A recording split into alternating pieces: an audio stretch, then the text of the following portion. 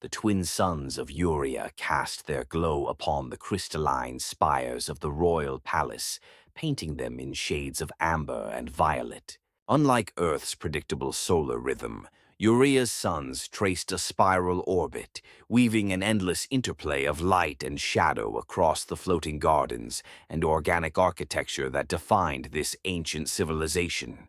Bioluminescent vines wound up the translucent walls of the palace, pulsing with an energy that seemed to resonate with the planet's very essence. Princess Thalara stood on her private balcony, her long, pointed ears adorned with delicate biotech filaments that glowed faintly in sync with her heartbeat. Her ceremonial cloak, woven from a fabric that shifted hues with her emotions, now shimmered in somber blue-gray, despite her efforts to maintain composure. The royal council meeting had just concluded, and once again she had been reminded of her curse. "Your Highness," came the soft voice of Mira, her most trusted advisor.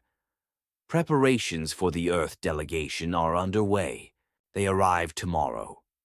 Thalara turned, her cloak briefly flashing anxious yellow before settling back to a calm blue. "Thank you, Mira. Has the Council finalized their choice of Earth's representative?" "Yes, Your Highness. A diplomat named Kyle Varel, mid-level in their hierarchy, but recognized for his adaptability and negotiation skills." "A mid-level diplomat?" Thalara's ears twitched, a subtle sign of confusion in Urian physiology. "For a marriage alliance of this magnitude?"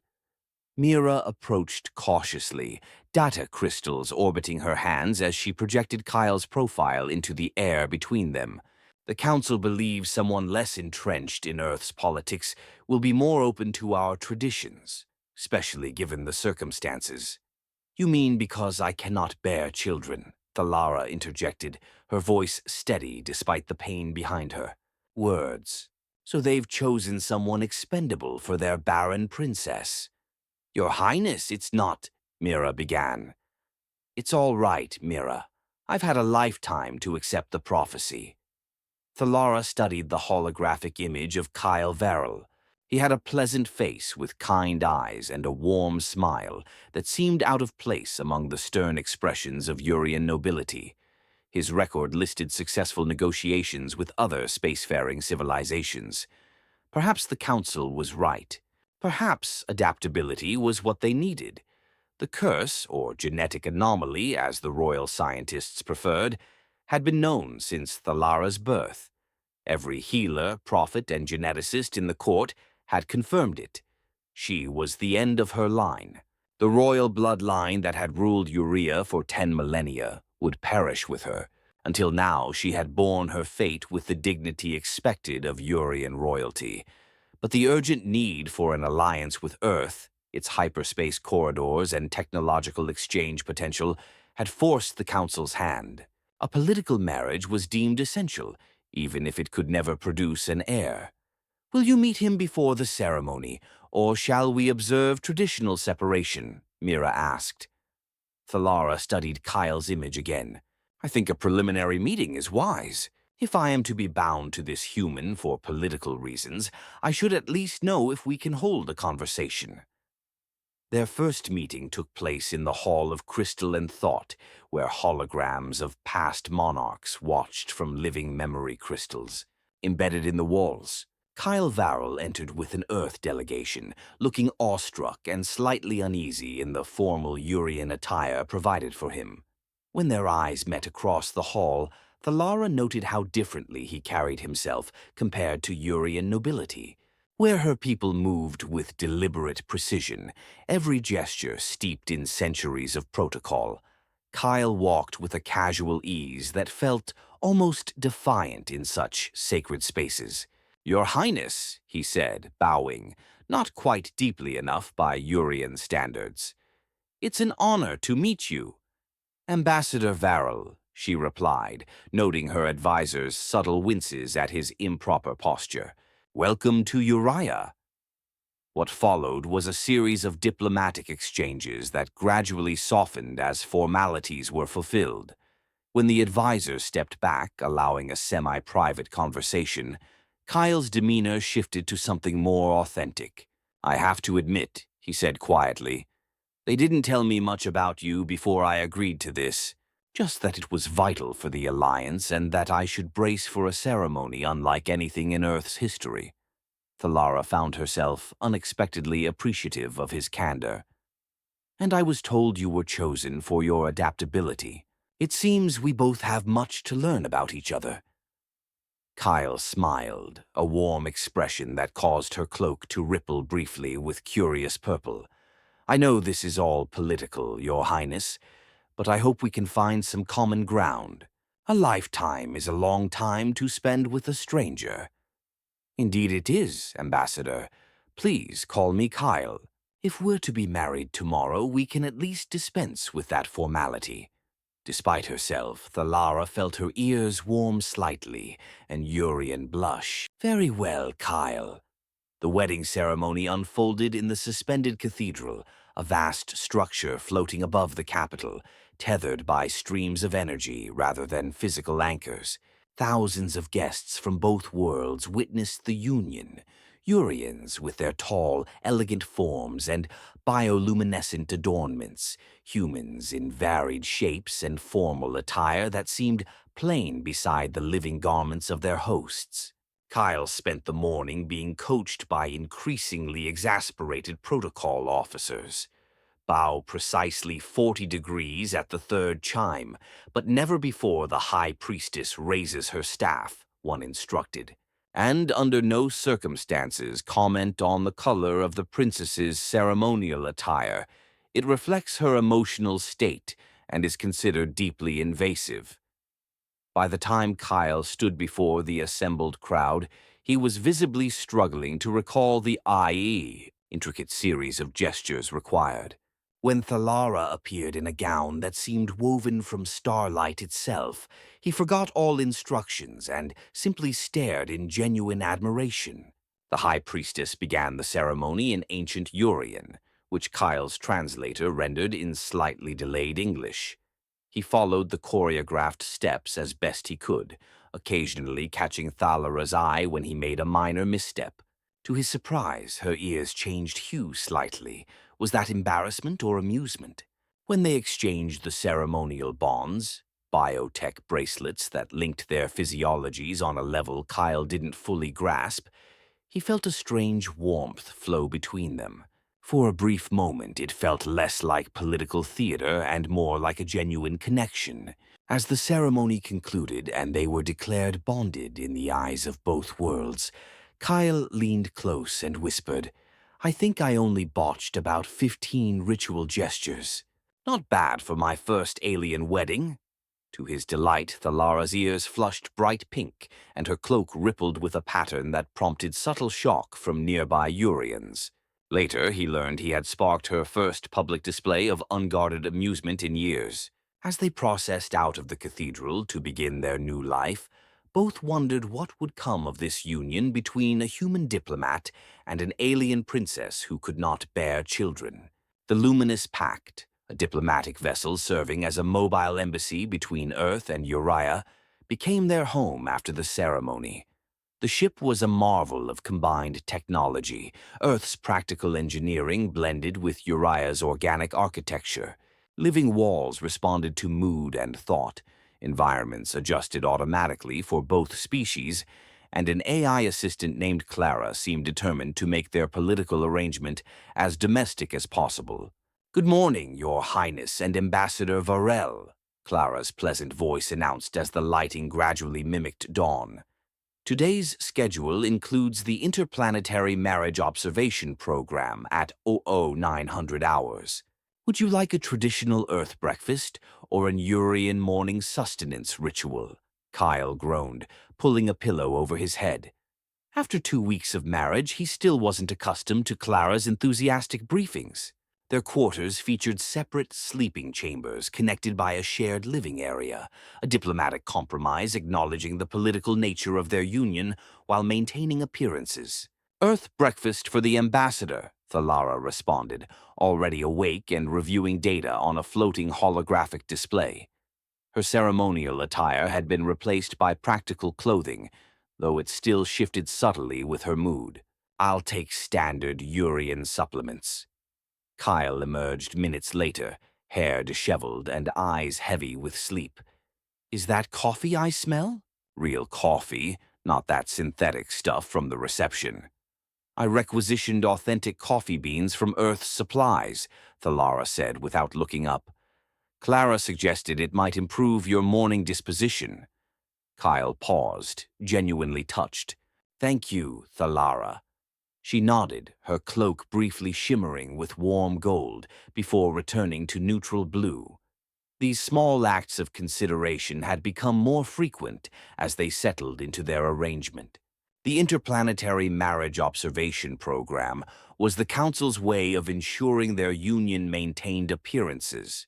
3 times a week, they participated in recorded interviews and shared activities showcasing cultural integration. Kyle found it absurd but approached it with good humor.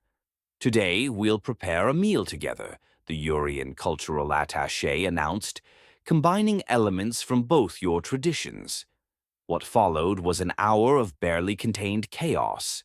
Kyle tried explaining pasta to Thalara while she taught him to activate flavor profiles in Urian bioluminescent spices. The result was a dish that glowed faintly blue and tasted unlike anything from either world. "It's unique," Kyle offered diplomatically after his first bite. "It's terrible," Thalara said flatly, though her ears betrayed a hint of amusement. "Perhaps we should stick to our separate culinary traditions." "Where's the fun in that?" Kyle grinned. "Besides, the point is finding middle ground, right?" These small, genuine moments away from diplomatic duties were becoming precious to both. Despite their political beginnings, a tentative friendship had formed. Everything changed on the 43rd day of their union. Thalara was undergoing routine health monitoring, standard for royal Urians, when the medical AI emitted urgent tones. The Urian medtech froze, rechecking the readings with growing confusion. "This can't be correct," she muttered, adjusting settings and recalibrating sensors. "Clara, run a full diagnostic on the medical systems," Thalara ordered. "Diagnostics complete. All systems functioning optimally," Clara responded. "What's happening?" Thalara asked, her cloak rippling with concern. The medtech stared, wide-eyed. "Your Highness, according to these readings, you're pregnant." The silence was absolute. Thalara's cloak drained to a colorless gray, a sign of profound shock. "That's impossible," she whispered. "I cannot bear children. Every genetic test, every prophecy since my birth has confirmed it. Nevertheless, Your Highness, these readings indicate a developing life within you, approximately 6 weeks along, though the growth patterns are unusual." When Kyle was summoned to medical, he found Thalara surrounded by a growing crowd of Urian specialists, all talking over each other in agitated tones. "What's going on?" he asked, pushing through to her side. Thalara looked up, her expression unreadable, but her cloak swirling with a storm of colors he'd never seen. "I'm pregnant, Kyle. Somehow, impossibly, we're going to have a child." The news spread like wildfire through the ship, then to both homeworlds via quantum communication. Reactions ranged from celebrations hailing it as a miraculous blessing to suspicion from conservative factions. The Urian Royal Council convened an emergency session, demanding exhaustive tests to confirm the child's lineage and nature. Earth's diplomatic corps sent urgent messages seeking clarification on the child's legal status and citizenship. Amid the chaos, Kyle and Thalara found themselves drawn closer by shared bewilderment and the growing reality of their situation. "Did you know this could happen?" Thalara asked one night in their shared quarters, away from advisors and medical staff. Kyle shook his head. "I was briefed on Urian physiology. Every expert said cross-species reproduction was theoretically possible, but your genetic condition made it impossible." "The curse of the last heir," Thalara said quietly. A genetic modification from centuries ago to prevent certain royal abilities from being passed down. No one has ever overcome it. Until now. Kyle met her gaze. What do you think happened? Thalara's hand moved to her abdomen. I don't know, but I'm beginning to wonder if the prophecies about me being the last of the line were misinterpreted. As the pregnancy progressed, strange phenomena began occurring. Lights flickered when Thalara entered a room. The ship's gravity shifted briefly in her presence. The living walls of their quarters pulsed with unprogrammed patterns. During her 4th month, a routine sneeze caused a power surge that disabled communications across an entire deck. Engineers found no explanation. The child is affecting reality, explained Dr. Voss, the lead xenobiologist monitoring the pregnancy. Its developing consciousness is interacting with quantum fields in ways we've never observed. Is it dangerous? Kyle asked, his voice thick with protective concern. Not intentionally, Dr. Voss replied, but its abilities are unprecedented. We're dealing with a true hybrid of human and Urian royal genetics, free of the ancestral limiters placed on the princess's line. The growing child, whom they named Alun after a shared dream, became the focus of intense speculation. Reporters clamored for interviews, religious groups proclaimed prophecies, and scientists proposed invasive studies. Kyle remained fiercely protective, surprising himself with how quickly he transitioned from political husband to expectant father.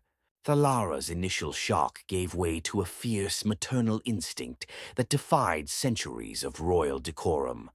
They say Alun might exhibit abilities not seen since Uria's dawn age, she told Kyle one evening, reviewing medical reports.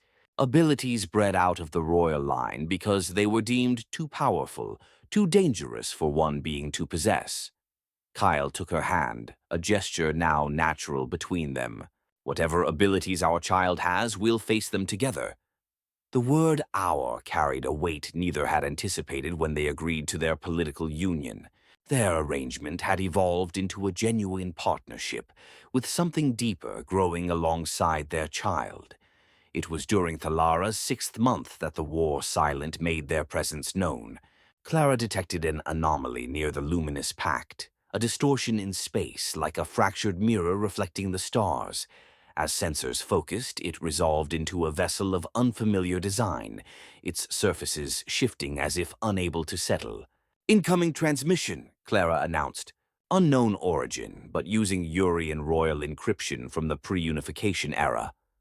The holographic projection in their quarters showed a being with recognizable Urian features, but altered, elongated cranial structure, eyes reflecting light unnaturally, skin phasing between solid and translucent.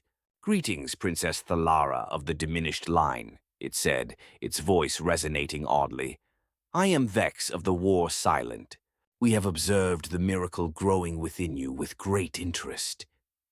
The War Silent are a myth, Thalara replied, though her cloak rippled with anxious purple. All myths hold truth, Princess. We are the exiled scientists who refuse to enforce the genetic restrictions on the royal bloodline. For centuries, we have preserved the true weave, the original genetic potential of your ancestors.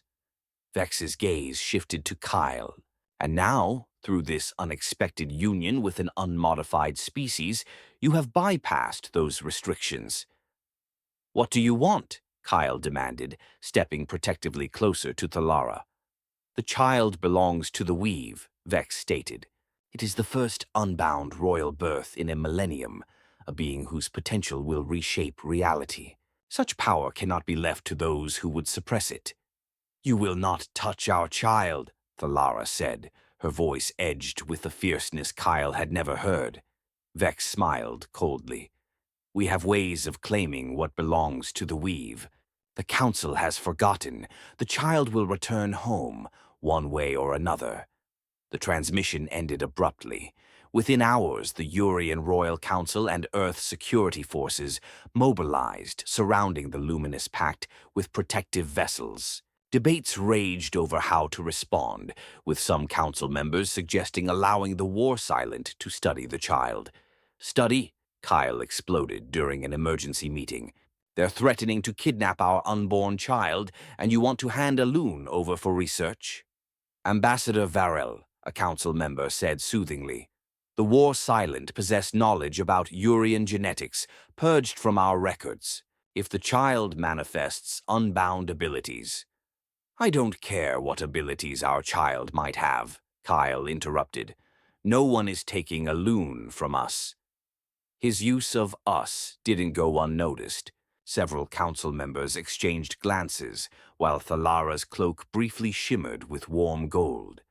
As the pregnancy advanced, the war silent kept their distance, but sent frequent messages to Thalara through untraceable channels. Each contained veiled threats and hints about the child's potential. "Your daughter will reshape worlds," one read. "Her consciousness will transcend physical boundaries. She is the key to the evolution we seek. Surrender her, or watch your dynasty end in flame."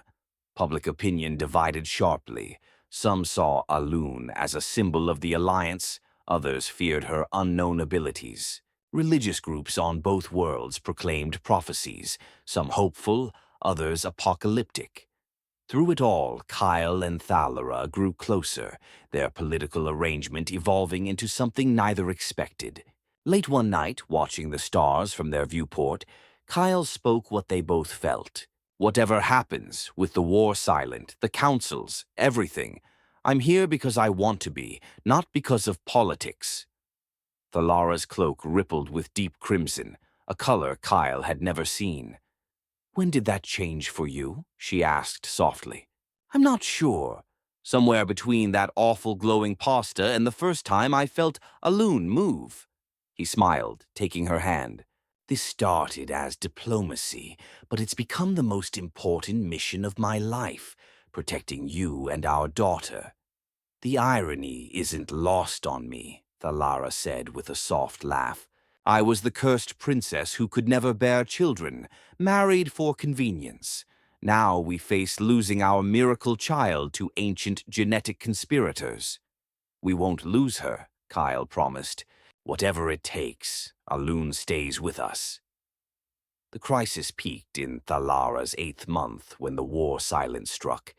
It began with subtle malfunctions on the Luminous Pact, fluctuating environmental controls, intermittent communication failures.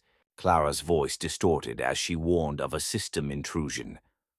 "Unknown accessing core systems," the AI managed before going silent. The ship lurched, artificial gravity stuttering. In their quarters, Thalara gasped, hands clutching her abdomen. "Kyle, something's wrong with Alun. I feel her responding to something, like she's reaching out." Before Kyle could respond, holographic projections of Vex appeared throughout their quarters, fragmenting and reforming. "The child recognizes her true kin," Vex said, his voice echoing from every surface. "We have established quantum resonance with her consciousness. Even now she reaches for the weave that calls to her blood." Thalara cried out in pain, her cloak flashing warning red. "She's fighting it. I feel her resisting." Kyle rushed to her side but was stopped by an invisible barrier around Thalara. "What are you doing to them?" he shouted. "Merely establishing connection," Vex replied calmly. "The child will come to us willingly, drawn by genetic memory. It is inevitable." Through the pain, Thalara locked eyes with Kyle. A silent plan formed. "Clara," Kyle called, hoping the AI wasn't fully compromised. "Emergency Protocol Horizon 7. "Acknowledged, Ambassador. Initiating Horizon 7, Clara responded, stronger now. The lights flashed 3 times as emergency systems engaged, temporarily disrupting the war silence connection. The ship's quantum firewalls reasserted themselves. "We need to leave now," Kyle said, helping Thalara to her feet as Vex's projections flickered. "The shuttle bay. We've got maybe 5 minutes before they bypass the protocols." Their escape was a blur. A small group of loyal crew members, who believed in protecting Alun rather than studying her, helped them board an unmarked shuttle. Dr. Voss insisted on joining, bringing medical equipment for a likely early birth. "Where can we go?" Thalara asked as the shuttle detached, her voice strained through contractions that had begun during their escape. "Rayless 7, Dr. Voss suggested. A neutral outpost world, minimal population, with a settlement for support. It's off official charts, established by independent explorers." As they fled through hyperspace, Thalara slipped into a troubled sleep. In her dreams, she saw her ancestors, unbound royals of ancient Uria, wielding powers that shaped reality. She saw the fear that led to genetic restrictions, the splintering of royal scientists into the war silent, and the prophecy of a last heir to end the diminished line. But now she saw a new vision, a bright light in the form of a child, radiating energy that healed and connected rather than destroyed. Alun, shining like a second sun. She awoke with a gasp as the shuttle emerged above Railless 7, a small world of vast oceans and lush island chains. "We're here," Kyle said, relief in his voice. "No sign of pursuit." But as Dr. Voss helped Thalara to her feet, it was clear Alun had other plans. Thalara's water broke as they prepared to land, contractions coming rapidly. "The child is coming now," Dr. Voss announced, her calm belying the urgency. "The stress of the escape must have triggered labor." They landed in a clearing near a small settlement, local time showing early evening as twin moons rose in the violet sky. The settlers, initially wary, offered aid when they realized a birth was imminent. Inside a simple structure of local materials and off-world technology, Thalara began the process of bringing Alun into the world. Kyle stayed by her side, his diplomatic training forgotten as he oscillated between encouragement and near panic at the intensity of the birth. "I see the head," Dr. Voss announced after what felt like hours. "One more push, Your Highness." Instead of pain, Thalara felt a surge of energy radiate through her. As she gave a final push, the room filled with a soft luminescence, emanating from the air itself. Outside, the local flora burst into bioluminescent bloom, bathing the clearing in ethereal light. Alun entered the world without a cry. As Dr. Voss lifted her, the newborn opened eyes shimmering with inner light, and released a sound like laughter, manifesting as visible ripples of energy across the night sky. "She's perfect," Kyle whispered, tears streaming down his face as he gazed at their daughter. Thalara reached out to touch Alun's tiny hand, her cloak radiating pure gold without effort. "She is unbound," she said softly. "Just as they said. I can feel it." The moment was interrupted by a familiar distortion in the air, the war silence presence. Outside, settlers gasped, pointing at a vessel like a fractured mirror hovering above the clearing. Vex and 3 others materialized at the edge of the bioluminescent flowers, their forms partially translucent. Kyle moved protectively in front of Thalara and Alun, but to everyone's surprise, the war silent made no aggressive move. Vex observed the child with an expression of reverence. "The weave flows through her," he said finally, "but not as we predicted. She does not destroy or dominate the patterns around her. She harmonizes them." Alun gurgled happily, and with each sound the plants pulsed with synchronized light.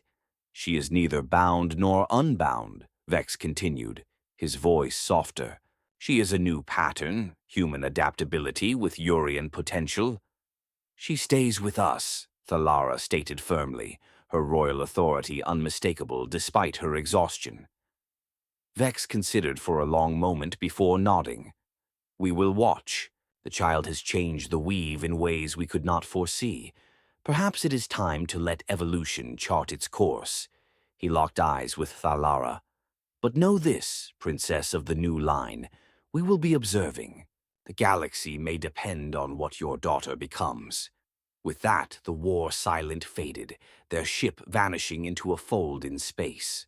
3 weeks later, Kyle sat on the porch of their temporary home on Rayless 7, watching Thalara rock a loon beneath the twin moons. Local wildlife had begun gathering near a loon, from glowing moth-like creatures to larger fauna keeping a respectful distance, drawn to her energy. News from the councils, Kyle said, reading from a data tablet. The Urians have postponed any judgment on Alun's status. Several members had significant dreams the night she was born, dreams that left them shaken and hopeful. Thalara smiled, her formal demeanor softened since Alun's birth, though her dignity remained. And the war silent? No direct contact, but their ships have been spotted near research outposts, observing rather than interfering. Kyle set the tablet aside and joined his family. The Earth-Urian alliance is stronger than ever. Alun has become a symbol of possibility, proof our differences can be strengths. Alun, now 3 weeks old but developing far beyond a typical infant of either species, reached toward the moons. A gentle pulse of energy caused the air to shimmer briefly. "She's growing so quickly," Thalara observed. "Yesterday she arranged her toys in a perfect spiral. When I tried to change it, she gave me what felt like a scholarly lecture in emotions, not words. But the meaning was clear." Kyle laughed. "Our daughter, the professor, already teaching us about cosmic patterns." "Our daughter," Thalara repeated, her cloak shimmering with contentment. "From political arrangement to family, not the path I expected." "Speaking of unexpected," Kyle said, struggling with a bundle of Alun's clothes, "I still can't figure out these algae-based cleaners. Last time they turned everything bright purple." Thalara laughed fully, a sound that would have shocked the Royal Council. "Here, let me show you again." She took the bundle, demonstrating the pressure points to activate the cleaning organisms. "Like this, gentle but firm, like handling Earth diplomats." As night deepened on Rayless 7, the small family sat beneath the stars. Alun drifted to sleep in Thalara's arms, her dreams manifesting as faint auroras above. "What happens next?" Kyle asked quietly. "With her, with us, with everything?" Thalara gazed at the stars. "The prophecy said I'd be the last of my line. Perhaps it was right, in a way. Alun isn't just the continuation of the royal bloodline. She's the beginning of something new." "The war silent will be watching," Kyle reminded her. "And sooner or later, both our worlds will want to understand what Alun can do." "Then we'll face it together," Thalara said with certainty. "Whatever comes, she won't face it alone." Alun stirred in her sleep, and a small pulse of energy caused the night-blooming flowers around their home to open, filling the air with a sweet, calming fragrance. Even in dreams, the child was shaping the world into something harmonious.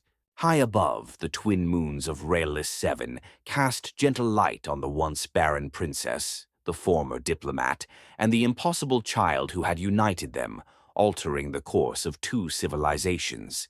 Whatever the future held, it would unfold in ways neither humans nor Urians had imagined, before Alun's first laugh had rippled across the night sky like a promise of things to come.